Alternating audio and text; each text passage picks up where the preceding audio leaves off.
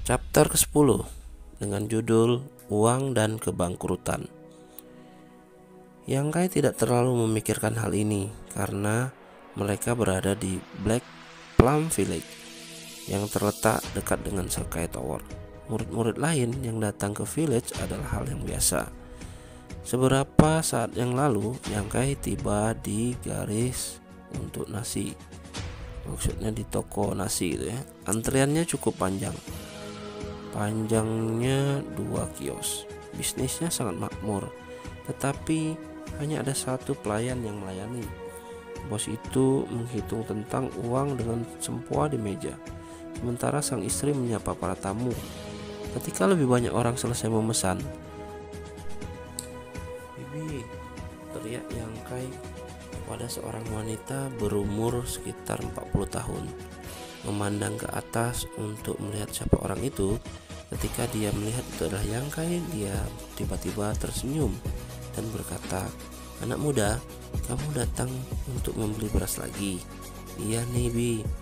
Dia berjalan ke depan konter dan menunjuk sebuah tas di belakang konter dan berkata, "Tolong beri saya 1 tas." Sementara wanita itu mengikat tas dan dengan tali, dia berkata, "Anak muda, kamu hanya membeli 1 tas sebulan. Apakah ini cukup untukmu?" Yang Kai menjawab, "Sudah cukup, Bi." "Kau berbohong," wanita itu balas sambil menatap Yang Kai. "Lihat dirimu, lengan dan kaki yang kurus. Jika Anda makan dengan benar, maka ada apa dengan lengan dan kaki yang kurus itu?" Yang Kai tersenyum malu-malu. "Saya juga pergi ke gunung kok untuk berburu. Jadi karena itu hanya dengan 1 tas saja saya tidak akan lapar." Sementara bos berkonsentrasi menghitung tagihannya, dia berbisik padanya, "Ambil beras tua dari belakang dan beri kepada anak ini." "Kami mendengarmu, bos," Nyonya menjawab sambil tersenyum. "Bagaimana ini benar? Anda juga berusaha mencari nafkah di sini," Yang Kai berkata dengan keras. Wanita itu segera mengerutkan wajahnya. "Apa gunanya nasi tua? Membiarkannya di sini hanya akan menyediakan tempat bagi serangga untuk tumbuh. Bagaimanapun, orang tidak akan memakannya. Namun pemiliknya mengatakan bahwa beras ini masih memiliki beberapa nutrisi walaupun kurang banyak. Anda tunggu di sini. Saya akan mengambil beberapa untuk Anda bawa pulang." Saat dia mengatakan ini, dia sudah mulai berjalan menuju ruang belakang. Hati Yang Kai membengkak karena dia tidak tahu harus berkata apa.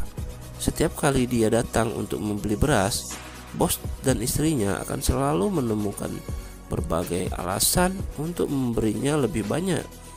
Mereka mengatakan bahwa serangga akan tumbuh dan beras tua dan sejenisnya.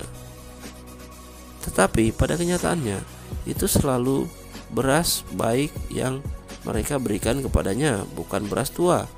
Kemurahan hati mereka memberikan Yang Kai harapan. Di dunia yang menyedihkan ini, ternyata masih ada orang baik. "Terima kasih, Paman," dia. Suara Yang Kai sedikit gemetar. Bos tersenyum dan melihat ke atas. "Ketika tinggal sendirian, tidakkah kamu memiliki masalah dalam rumah tangga? Di mana di masa depan, setiap kali Anda lapar datang ke toko kami. Kami mungkin tidak memiliki banyak, tetapi kami masih memiliki nasi yang cukup untuk Anda makan." "Baik," Yang Kai menganggukkan kepala. Dunia ini masih memiliki orang baik di sekitarnya.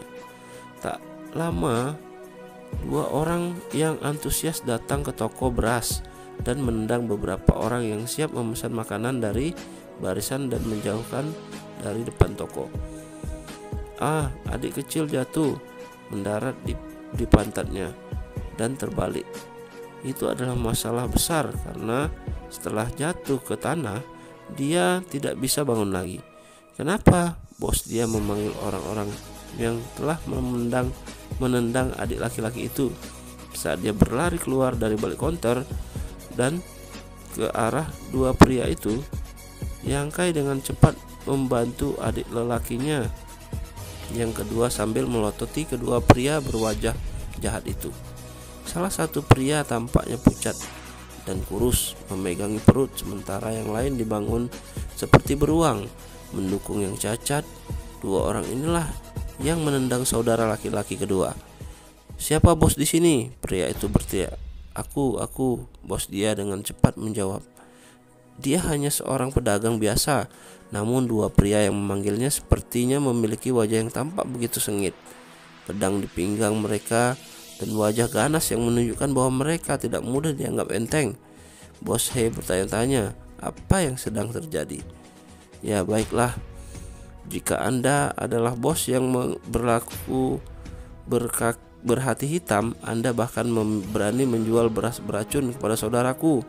Lihatlah, awalnya dia adalah pria yang kuat, tapi setelah makan nasi dia menjadi sakit-sakitan. Biasanya dia sekuat beruang, tapi dia sulit berdiri sekarang. Anda orang yang berhati hitam hanya akan mengkhawatirkan tentang uang dan mengambil nyawa." Para ledakan dari pria ini, Bos He dengan cemas tergagap. Bagaimana mungkin? Bagaimana mungkin?" Pria itu kemudian berkata, "Bagaimana saya tahu? Pagi ini kakakku membeli beras darimu dan membuat bubur beras. Lalu dia menjadi seperti ini setelah memakan nasi yang dibelinya darimu. Aku beruntung tidak makan apa-apa. Kalau tidak, aku juga akan menjadi sama seperti temanku ini." Dahi Bos He kemudian berkeringat. Dia mengambil lengan bajunya dan terus menyeka dahinya yang berkata, "Pelanggan yang terhormat, maaf. Saya khawatir tidak mungkin ada kesalahpahaman." "Salah paham? Kesalahpahaman ibumu? Itu juga bukan nasi Anda. Lalu apa yang menyebabkan menjadi seperti itu?" Pria Han meraung. Yang Kai duduk dan merenungkan situasi sementara semua mata tertuju pada keributan. "Bos, dia orang yang baik." Yang Kai tidak bisa percaya bahwa orang yang memberinya beras akan menaruh racun di dalamnya. Sebelum lagi fakta bahwa bos dia tidak mungkin memiliki hati hitam dalam peran pikiran Yang Kai. Seseorang pengusaha berhati hitam tidak akan sebodoh itu meracuni berasnya sendiri. Jika informasi ini menyebar, bagaimana ia dapat melakukan bisnis di masa depan? Siapa yang berani datang dan membeli berasnya? Alasan buruk kedua, pria itu benar-benar tak tertahankan, dan mereka bahkan tidak dapat mempertimbangkan bahwa itu adalah sesuatu yang lain. Karena itu, kedua pria pasti ada di sini untuk menghancurkan yang lain. Tetapi langkah ini agak terlalu jahat, karena mereka menyiratkan bahwa bos membutuhkan seorang untuk mati hanya untuk mendapatkan uang. Meskipun tubuh Yang Kai lemah, dia masih seorang praktisi, dan selama beberapa tahun terakhir dia telah melihat banyak tipe orang.